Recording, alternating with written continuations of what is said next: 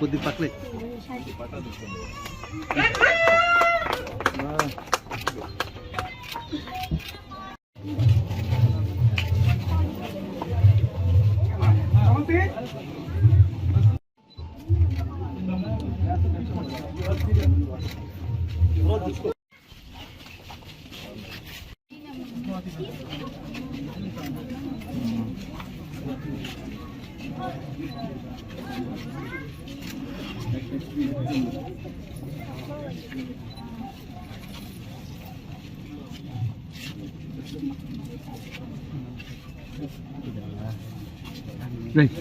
వాడిని తడదాం అనుకుంటా వెనకపోరా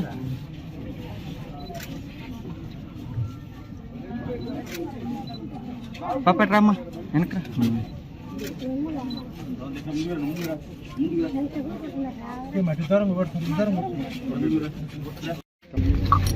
నిన్న సాయంకాలం ఒక సోషల్ మీడియాలో ఒక వార్త చూసా.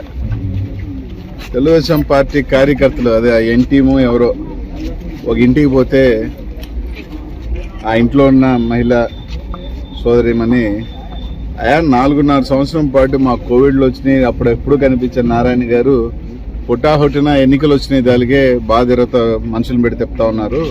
4.5 సంవత్సరం మేము కనిపించలేదా మా కోవిడ్ వచ్చినా అని చెప్పి అడిగితే పాపం వెనక నుంచి తెలుగుదేశం పార్టీ సోదరుడు అనుకుంటా ఒక మాట చెప్పాడు. టాటా ఏమన్నా తిరిగాడా, బిర్లా ఏమన్నా తిరిగాడా, ఫేస్బుక్ ఓనర్ తిరిగాడా, ఇన్స్టాగ్రామ్ వాళ్ళు తిరిగారా?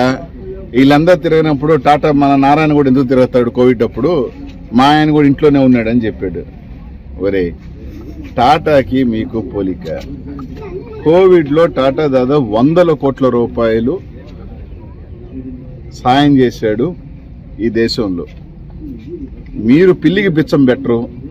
మీ జీవితంలో ఒక మనిషికి సాయం చేసి ఇప్పుడు దాకా ఒక ఎరుగా ఒక పిల్లోడికి చదివించిన దిక్కులే, ఒకటికి ఆరోగ్యం చూపించిన దిక్కులే, ఒకటికి సాయం చేసిందే మీ జీవితంలో చరిత్రలే.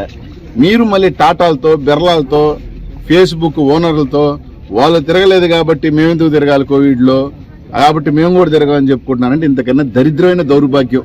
అసలు పక్కన పెడితే నక్కకి నాగలోకం తేడా టాటాకి ఇతనికి. టాటాతో పోల్చుకుంటున్నారు.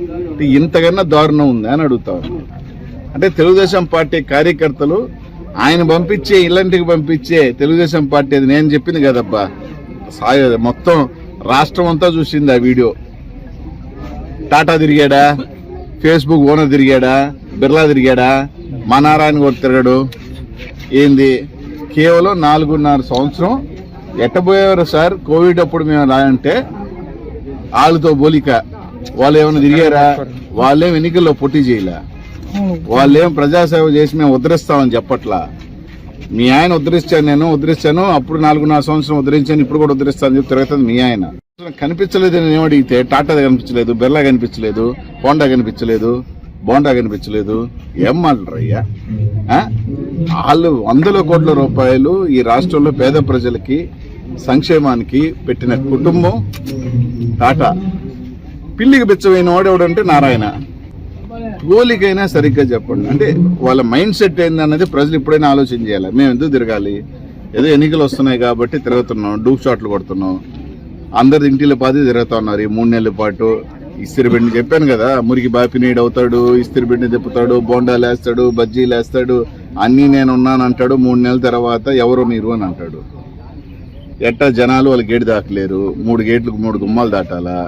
మనుషులు ఆయన దగ్గరికి వాళ్ళ కార్యకర్తలు నాయకులే పోలేరు, ఇంక ప్రజలేం పోవట్లేదు. ఇప్పుడు కాబట్టి డబ్బులు ఉన్నాయి కాబట్టి నీకు చర్చికి ఏమైనా కావాలా ఇస్తాను, మసీదుకి ఏమైనా కావాలని ఇస్తాను, గుడికి ఏమైనా కావాలని ఇస్తాను, అన్నీ ఇస్తాడు ఈ 3 నెలల్లో. కొండ మీద కోతి కావాలన్నా కూడా ఎట్టో ఒకటి తీసుకొచ్చిస్తాడు, నా దగ్గర డబ్బులు ఉన్నాయని చెప్పి అందరూ చందలో ఈరోజు నడుస్తున్నాడు. ప్రజలు కూడా ఆలోచన చేయండి. 3 నెలల తర్వాత కనిపించే పనే లేదు.